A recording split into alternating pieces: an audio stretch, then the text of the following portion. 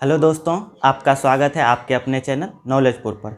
तो आज के वीडियो में हम बात करेंगे जब वस्तु कहाँ हो, अनंत पर हो। अवतल दर्पण में जब वस्तु कहाँ हो, आपका अनंत पे हो। पिछले वीडियो में हमने 5 फिगर के बारे में बातचीत की थी। जैसे कि पहला फिगर था आपका जब वस्तु कहाँ हो, पी तथा एफ पर।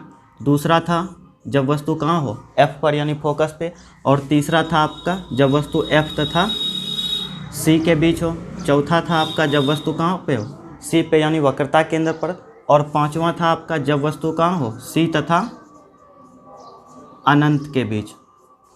तो लास्ट आपका फिगर बचा हुआ है अवतल दर्पण के लिए, ठीक ना।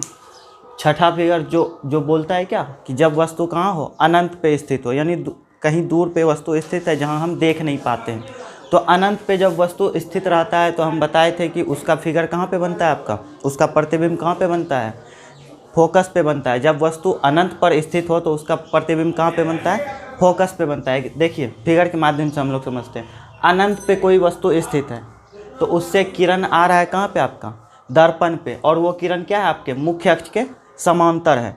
कोई किरण आ रहा है अनंत से जो दर्पण पे पड़ता है और परावर्तन के पश्चात वो कहाँ, एफ से गुजर जाता है। क्यों? क्योंकि वो ये दोनों किरण क्या, आपका मुख्य अक्ष के समांतर है। ये दोनों किरण आपका क्या है, मुख्य अक्ष के समांतर है। तो हम पिछले वीडियो में बता चुके हैं कि अगर कोई किरण मुख्य अक्ष के समांतर से गुजरती है तो वो फोकस से क्या हो जाती है, फोकस से प्रतिच्छेद करके निकल जाती है।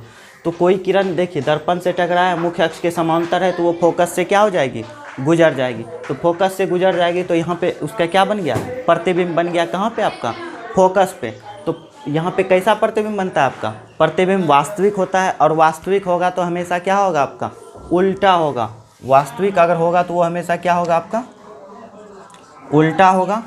तथा वस्तु से क्या, बहुत छोटा। यहाँ पे देखिए नगण्य मात्रा में प्रतिबिंब बना है, यानी अगर अनंत पे वस्तु है यानी बहुत बड़ा वस्तु होगा, उसका प्रतिबिंब क्या हुआ, आपका बहुत छोटा प्रतिबिंब बनता है। यानी अगर अनंत पे वस्तु स्थित हो तो उसका प्रतिबिंब बहुत छोटा बनता है।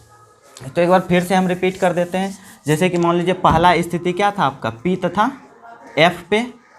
पी तथा एफ पे जब वस्तु था तो इसका प्रतिबिंब कहाँ बना था, दर्पण के पीछे। इसका प्रतिबिंब कहाँ बना था, आपका दर्पण के पीछे। दूसरा था आपका जब वस्तु कहाँ पे हो, एफ पे हो, तो इसका प्रतिबिंब बना था आपका कहाँ पे, अनंत पे। तो देखिए अनंत पे जब प्रतिबिंब आया, वस्तु आया, तो उसका प्रतिबिंब कहाँ बना, फोकस पे। और जब वस्तु कहाँ था, आपका फोकस पे था तो उसका प्रतिबिंब कहाँ पे बना था, अनंत पे। तीसरा था आपका जब वस्तु क्या हो, एफ तथा सी के बीच, यानी फोकस तथा वक्रता केंद्र के बीच हो, तो उसका प्रतिबिंब कहाँ बना था, सी तथा अनंत के बीच, यानी वक्रता केंद्र तथा अनंत के बीच बना था। चौथा स्थिति था जब वस्तु कहाँ हो, सी पर ही हो, तो इसका प्रतिबिंब कहाँ बना था, आपका सी पे ही, यानी वक्रता केंद्र पे ही।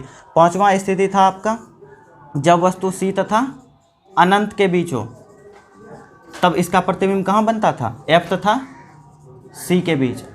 तो आशा करते हैं आपको 6 का 6 फिगर अच्छे तरीके से समझ में आया होगा। तो आज के लिए यहीं पे जय हिंद।